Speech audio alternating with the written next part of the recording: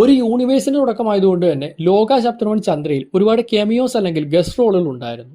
ഇക്കൂട്ടത്തിൽ ടൊവിനോയുടെ ചാത്തൻ, ദുൽഖറിന്റെ ഒടിയൻ എന്നിവ വളരെയധികം സെലിബ്രേറ്റ് ചെയ്യപ്പെട്ടു. അതിൻ്റെയൊക്കെ ഒരുപാട് എക്സ്പ്ലനേഷൻ വീഡിയോസും നിങ്ങൾ കണ്ടിട്ടുണ്ടായിരിക്കും.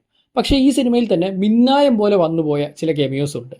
സൗബിൻ ഷാഹിർ, ബാലു വർഗീസ്, ശാന്തി ബാലേന്ദ്രൻ ആൻഡ് അഹാന കൃഷ്ണ. ഇവരെല്ലാവരും വളരെ പെട്ടെന്ന് വന്നുപോയി. ഇവരെപ്പറ്റി പിന്നീട് സിനിമയിലോടൊത്തും പറയുന്നുമില്ല താനും. നമുക്കറിയാം അടുത്ത പാർട്ട് ചാത്തനെ ആയിരിക്കും കൂടുതൽ ഫോക്കസ് ചെയ്യുക. മേ ബി തേർഡ് പാർട്ട് ഒടിയനെ ഫോക്കസ്ഡ് ആയിരിക്കും. അപ്പോൾ ആ ഒരു ക്യാരക്ടേഴ്സിനൊക്കെ ഒരു പ്രോപ്പർ ഫ്യൂച്ചർ ഉണ്ട്. എന്നാൽ പെട്ടെന്ന് വന്നുപോയി ഈ ക്യാരക്ടേഴ്സിന് എങ്ങനെയാണ് ഈ ഫ്യൂച്ചർ മൂവീസിലോട്ട് കണക്ട് ആവുക? അതേപോലെ ഇവരൊക്കെ നീലിയെ പോലെ വാമ്പേഴ്സ് തന്നെയാണോ അതോ മറ്റെന്തെങ്കിലും ബീങ്സ് ആണോ? അങ്ങനെയൊക്കെ ഒരുപാട് ചോദ്യങ്ങൾ നിലനിൽക്കുന്നുണ്ട്. അപ്പോൾ അതിനെക്കുറിച്ചൊക്കെയാണ് നമ്മൾ ഇന്നത്തെ വീഡിയോ ഡിസ്കസ് ചെയ്യാൻ പോകുന്നത്. Welcome to Shot On Talkies. ഞാൻ ശ്രീനന്ദൻ ചെങ്ങന്നൂർ. സിനിമയിലെ മെയിൻ വില്ലനായ നാച്ചിയപ്പകയുടെ കാരണമാണ് ചന്ദ്ര അഥവാ നീലി, അതേപോലെ സണ്ണി എന്ന നസ്ലന്റെ ക്യാരക്ടർ ഇവരെ രണ്ടുപേരും പിടികിട്ടാപ്പുള്ളികളായി പ്രഖ്യാപിക്കുന്നത്. അപ്പോൾ ഇവരുടെ ലുക്കൗട്ട് നോട്ടീസ് രാജ്യം മൊത്തം ടി വിയിലൂടെ ബ്രോഡ്കാസ്റ്റ് ചെയ്യപ്പെടുകയാണ്. അപ്പോൾ ഈ ടി വി പല പല സ്ഥലത്തായിട്ടിരുന്ന് കാണുന്ന ക്യാരക്ടേഴ്സായിട്ടാണ് ഇവർ നാലുപേരും വരുന്നത്. ആദ്യം കാണിക്കുന്ന ശാന്തി ബാലേന്ദ്രനെയാണ്. നിങ്ങൾക്കറിയാം ഒരു സിനിമയുടെ റൈറ്ററും ശാന്തിയാണ്. അപ്പോൾ ഒരു ടി വി വിൽക്കാൻ വെച്ചിരിക്കുന്ന കടയിൽ ഒരുപാട് ടി വികളിലായിട്ട് ഈ ന്യൂസ് കാണുന്നതാണ് ശാന്തിയെ കാണിച്ചിരിക്കുന്നത്. അതേപോലെ അഹാനെ കാണിക്കുമ്പോൾ അഹാന ഒരു കഫേയിലിരുന്ന് ഫോണിലൂടെയാണ് ഈ ഒരു ന്യൂസ് കാണുന്നത്. പിന്നെ വരുന്നത് ബാലു വർഗീസും സൗബിൻ ഷാഹിറുമാണ്. ഇവർ രണ്ടുപേരും ഒരു മെക്കാനിക്കൽ സെറ്റപ്പിൽ ഒരു ഗരാജിലാണ് ഇരിക്കുന്നതെന്ന് മനസ്സിലാക്കാൻ പറ്റുന്നുണ്ട്. ആൻഡ് ഇവർ രണ്ടുപേരും ഒരുമിച്ചാണുള്ളതെന്ന് നമുക്ക് കാണാം. ബാക്കി ഉള്ളവരൊക്കെ സെപ്പറേറ്റ് ആയിട്ടാണ്. ഒരുപക്ഷെ ഇവരെല്ലാവരും ഒരുമിച്ച് തന്നെ വർക്ക് ചെയ്യുന്ന ഒരു ഗ്യാങ് ആവാനും സാധ്യതയുണ്ട്. അപ്പോൾ ഇവർ ശരിക്കും ആരാണ്? ഈ യൂണിവേഴ്സിലെ ഏറ്റവും പവർഫുൾ ബീങ്സ് ആണ് മൂത്തോനും ഇഷ്താറും. കഴിഞ്ഞ വീഡിയോയിൽ നമ്മൾ ഇവരെ പറ്റി ഡീറ്റെയിൽ ആയിട്ട് പറഞ്ഞിട്ടുണ്ടായിരുന്നു. മൂത്തോനായി വരുന്നത് നമ്മുടെ സ്വന്തം മമ്മൂക്കയാണ്. ഈ ഒരു സിനിമയിൽ വോയിസ് കെമിയോ ആയിട്ട് ആ ക്യാരക്ടർ ഉണ്ടായിരുന്നു. ഇഷ്താർ ആരാകുമെന്നൊരു പിടിയുമില്ല. ഡീറ്റെയിൽ ആയിട്ട് ഇവരുടെ കഥയാണെങ്കിൽ കഴിഞ്ഞ വീഡിയോ കണ്ടാൽ മതി. സിമ്പിളായിട്ട് പറയുവാണെങ്കിൽ ഇഷ്താറിൻ്റെ സൈഡിൽ നിൽക്കുന്ന കുറേ പേരുണ്ട്, മൂത്തോൻ്റെ സൈഡിൽ നിൽക്കുന്ന കുറേ പേരുണ്ട്. ഇഷ്താർ മനുഷ്യരിലേക്ക് ഒരുപാട് വൈറസുകൾ സ്പ്രെഡ് ചെയ്ത് മനുഷ്യരെ തന്നെ കൊന്നു നിന്ന ലെവലിലോട്ട് അവരെ മാറ്റി. അതായത് ഇപ്പോൾ നീലി എടുത്തു കഴിഞ്ഞാലും ബ്ലഡ് കുടിച്ചാണ് ജീവിക്കുന്നത്. സോ ഇത്തരത്തിൽ വാമ്പയറുകൾ അല്ലെങ്കിൽ രക്തരക്ഷസുകളെ ക്രിയേറ്റ് ചെയ്യാൻ കാരണം ഈ ഇഷ്താർ ഉണ്ടാക്കിയ വൈറസാണ്. നീലിക്ക് പവർ കിട്ടുന്നതും ഇഷ്താറിൻ്റെ ആ പ്രതിമ നിന്ന ഗുഹയിൽ നിന്നാണല്ലോ. അപ്പോൾ അതുപോലെ ഇഷ്താറിൽ നിന്നും പവേഴ്സ് കിട്ടിയ ക്യാരക്ടേഴ്സ് ആവാം ഈ വന്ന 4 പേരും. പക്ഷെ ഇവർ നീലിയെ പോലെ ആവണമെന്നില്ല. നീലി നമുക്കറിയാം മൂത്തോൻ്റെ സൈഡിലാണ്, ഇഷ്താറിൽ നിന്നാണ് പവേഴ്സ് കിട്ടിയതെങ്കിൽ പോലും അതിന് കാരണം കത്തനാരാണെന്നുള്ളൊരു ക്ലൂ നമുക്ക് സിനിമയിൽ നിന്ന് കിട്ടുന്നുണ്ട്. പക്ഷേ ബാക്കിയുള്ളവർ അങ്ങനെ ആവണമെന്നില്ല. ഇവരെല്ലാവരും ഇഷ്താറിൻ്റെ സൈഡിൽ നിൽക്കുന്നവരായിരിക്കും. ഇവർക്ക് നീലി അല്ലെങ്കിൽ ചന്ദ്രയെ പറ്റി ഓൾറെഡി അറിയുകയും ചെയ്യുമായിരിക്കും. അതുകൊണ്ട് തന്നെ ഇവരുടെ ഒരു ശത്രുവാണ് നീലി എന്ന് വേണമെങ്കിൽ പറയാം. ഇഷ്താർ കാരണമാണ് ഇത്തരത്തിലുള്ള ബീയിങ്ങുകൾ ഉണ്ടാകുന്നത് ഓൾറെഡി പറഞ്ഞല്ലോ. അക്കൂട്ടത്തിൽ നീലി മാത്രമായിരിക്കാം മൂത്തോൻ്റെ കൂടെ നിൽക്കുന്നത്. അതുകൊണ്ട് തന്നെ ആയിരിക്കണം മൂത്തോന് ഈ ഒരു ക്യാരക്ടറിനോട് പ്രത്യേക കെയർ ഉള്ളതും. കാരണം ഇഷ്താറിനെ തോൽപ്പിക്കാനുള്ളൊരു വലിയ വഴി നീലിയിലൂടെയാകും പോസിബിൾ ആവുക. അപ്പോൾ ബാക്കിയുള്ളവരുടെ കേസെടുത്താൽ അങ്ങനെയല്ല, ഇവരെല്ലാവരും എതിർച്ചേരിയിൽ നിൽക്കുന്നവരാണ്. അതുകൊണ്ട് തന്നെ ആയിരിക്കണം നീലിയെ റെക്കഗ്നൈസ് ചെയ്തപ്പോഴത്തേക്കും സൗബിൻ ഷാറിൻ്റെ ക്യാരക്ടർ മുഖത്തൊക്കെ ആണെങ്കിലും ഒരു എക്സ്പ്രഷനിൽ നമുക്ക് മനസ്സിലാവുന്നത് ഇവർ എതിരാളികളാണെന്നുള്ളത്.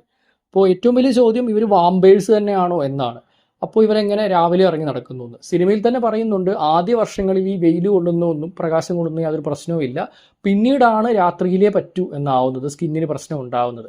അപ്പോൾ ആദ്യ കൊല്ലങ്ങളിൽ ഇവർക്ക് വലിയ കുഴപ്പം ഉണ്ടാവാൻ ചാൻസ് ഇല്ല. സോ മേ ബി അടുത്തിടെ വാമ്പേഴ്സ് ആയ ക്യാരക്ടേഴ്സ് ആവാനും സാധ്യതയുണ്ട്.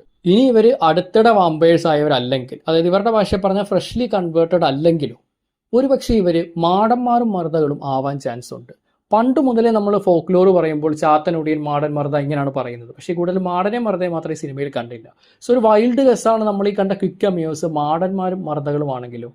മർദ്ദകളെ പറ്റി പറയാനാണെങ്കിൽ കുഷ്ഠരോഗം വരുന്നത് വീട്ടിൽ മർദ്ദ കയറിയിട്ടാണെന്നൊക്കെ പണ്ട് മുതലേ ഒരു ചൊല്ലുണ്ടായിരുന്നു. മർദ്ദകളുടെ ഒരുപാട് പല വെർഷൻസ് ഉണ്ട്. പക്ഷേ കൂടുതലൊരു പോപ്പുലർ ഇതാണെന്ന് തോന്നുന്നു.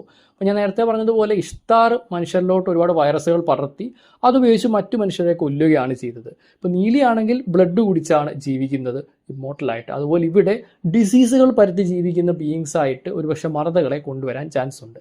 മാടന്മാരുടെ കേസെടുത്താൽ പലയിടത്തും മാടന്മാരെ ദൈവങ്ങളായിട്ടാണ് കാണുന്നത്. വളരെയധികം പ്രൊട്ടക്റ്റീവ് ആയിട്ടുള്ളൊരു നേച്ചറായിട്ടാണ് കാണുന്നത്. പലതരത്തിലുള്ള മാടന്മാരുടെ കഥകൾ നമ്മൾ കേട്ടിട്ടുണ്ട്.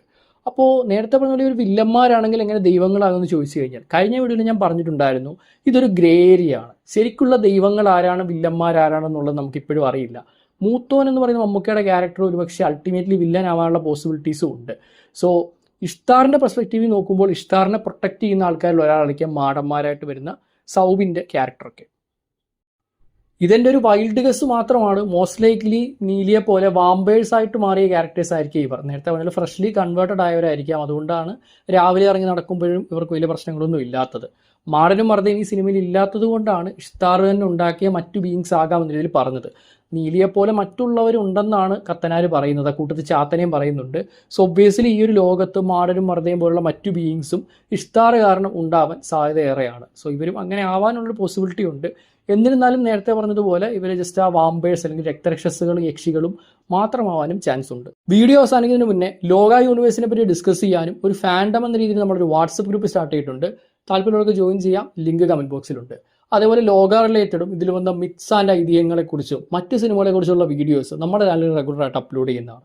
ഇത്തരം കണ്ടൻസ് റെഗുലറായിട്ട് കാണാൻ താല്പര്യമുള്ളതാണെങ്കിൽ ചാനൽ ഇഷ്ടപ്പെട്ട് സബ്സ്ക്രൈബ് ചെയ്യുക. അതേപോലെ ബെല്ലൈക്കൺ ഓളിലൊന്ന് എനേബിൾ ചെയ്തിട്ടേക്കുക. അപ്പോൾ ഇനി അടുത്ത വീട്ടിൽ കണ്ടുമുട്ടുന്നവരേക്കും this Chengannur signing off from Showdown Talkies.